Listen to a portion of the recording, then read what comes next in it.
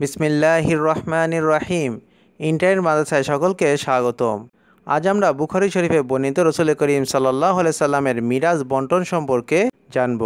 হযরত আয়েশা সিদ্দিকা রাদিয়াল্লাহু তাআলা আনহা থেকে বর্ণিত, রাসূল করিম সাল্লাল্লাহু আলাইহি সাল্লামের ইন্তেকালের পর তার কন্যা হযরত ফাতিমা রাদিয়াল্লাহু তাআলা আনহা হযরত আবু বকর সিদ্দিক রাদিয়াল্লাহু তাআলা আনহু এর নিকট পাই বা বিনা যুদ্ধে মালে গনিমত, যা আল্লাহ তাআলা তার রাসূলের মালিকানায় অর্পণ করেছিলেন এবং ইন্তেকালের সময় যা তিনি পরিত্যাগ করে গেছেন, তা থেকে হযরত ফাতিমা রাদিয়াল্লাহু তাআলা আনহা উত্তরাধিকারিণী হিসেবে অংশ বন্টন করে দেওয়ার দাবি জানান।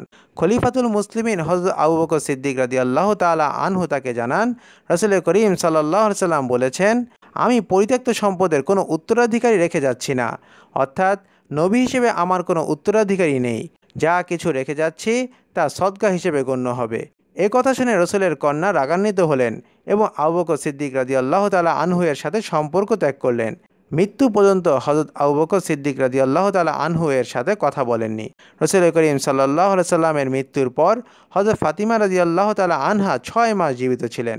হযরত আয়েশা সিদ্দিকা রাদিয়াল্লাহু তাআলা আনহা বলেন, রাসূল করিম সাল্লাল্লাহু আলাইহি সাল্লামের খাইবর এবং মদিনায় সদকা হিসেবে যা কিছু পরিত্যাগ করে গিয়েছিলেন, ফাতিমা রাদিয়াল্লাহু তাআলা আনহা হযরত আবু বকর সিদ্দিক রাদিয়াল্লাহু তাআলা আনহু এর কাছে বরাবর তা থেকে তার অংশ দাবি করে থাকতেন। কিন্তু হযরত আবু বকর সিদ্দিক রাদিয়াল্লাহু তাআলা আনহু তা দিতে অস্বীকৃতি জ্ঞাপন করে আসতেন। আবু বকর রাদিয়াল্লাহু তাআলা আনহু বলতেন, রাসূল করিম সাল্লাল্লাহু আলাইহি সাল্লাম করতেন এমন কোনো ক্ষুদ্র কাজও আমি পরিত্যাগ করতে পারবো না, কেননা আমি যদি তার কোনো কাজ বা নির্দেশ পরিত্যাগ করি তাহলে পথভ্রষ্ট হব বলে আশঙ্কা করি। মদিনার জীবনে রাসূল করিম সাল্লাল্লাহু আলাইহি সাল্লাম খাইবর ও ফাদাকের সম্পদ তিনি স্বীয় তহবিলে রেখে দিয়েছিলেন।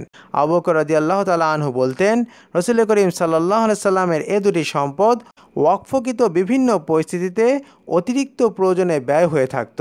সেজন্য এগুলোর ব্যবস্থাপনার দায়িত্ব সমকালীন খলিফার এখতিয়ারভুক্ত থাকবে। ইমাম বুখারী রহমতুল্লাহি আলাইহি বলেন, এগুলো এখনও ওয়াকফকৃত সম্পদ হিসেবেই বিদ্যমান আছে। সহিহ বুখারী। ওমা আলাইনা ইল্লাল বালাগ। আসসালামু আলাইকুম ওয়া রাহমাতুল্লাহি ওয়া বারাকাতুহু।